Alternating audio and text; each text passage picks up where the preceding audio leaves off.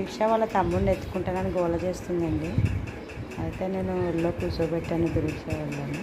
చూడండి ఎంత బాగా ఎత్తుకుందో Dureeksha. Good girl Dureeksha. Hi చెప్పు దురీక్ష. హాయ్.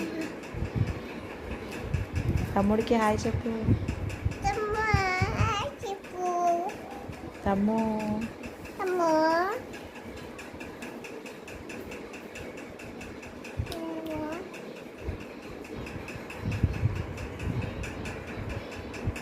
చూడండి దురీక్ష ఎట్లా ఎత్తుకుందో.